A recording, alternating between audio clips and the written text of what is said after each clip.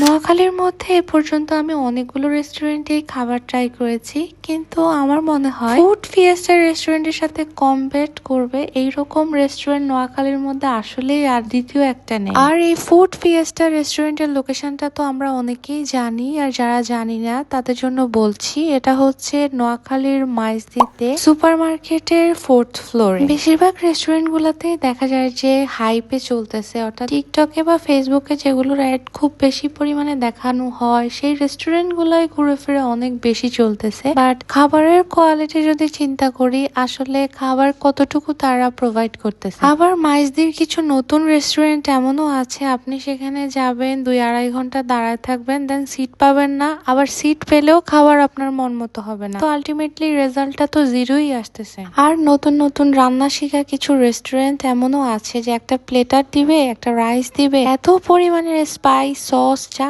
আছে কিচেনে সবগুলা ভরে ভরে একটা খাবারের মধ্যে দিবে, এটা প্রুফ করার জন্য যে ওদের প্লেটারটা সবার চেয়ে বেস্ট। বাট অনেকেই জানে না যে খাবারের যে টেস্টটা ওইটা নির্ভর করতেছে ব্যালেন্স ইনগ্রেডিয়েন্টের মধ্যে, অর্থাৎ প্রত্যেকটা ইনগ্রেডিয়েন্টে হালকা পাতলা টাচ হবে, টেস্টটা একদম সর্বোচ্চ পিক লেভেল পর্যন্ত যাবে। আমি সেদিন ট্রাই করেছিলাম এই প্লেটারটা, এটার প্রাইস নিয়েছিল 400 টাকা। আর 400 টাকা প্রাইসে আমার কাছে মনে হয় এর থেকে ভালো প্লেটার আমি নোয়াখালীর মধ্যে কোথাও খাইনি। ওরা যেমনটা ক্লেম করে এটা ক্রিস্পি চিকেন ফ্রাই, এটা অ্যাকচুয়ালি ক্রিস্পি ছিল।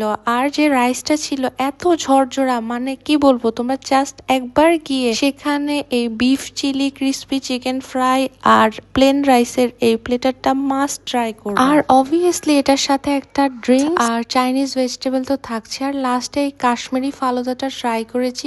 আমি এ পর্যন্ত অনেক জায়গায় ফালুদা ট্রাই করেছি, কিন্তু এদের ফালুদায় তোমরা জাস্ট ভিডিওতে লেয়ারিংটা দেখো। ফালুদাটার প্রাইস নিয়েছিল 240 টাকা। 240 টাকা প্রাইসে এটা বেস্ট একটা ফালুদা ছিল। আজকের ভিডিওটা এতটুকু পর্যন্ত, দেখা হচ্ছে পরের ভিডিওতে। সবাই ভালো থাকবা, দোয়া করবা, ততক্ষণ পর্যন্ত আল্লাহ হাফেজ।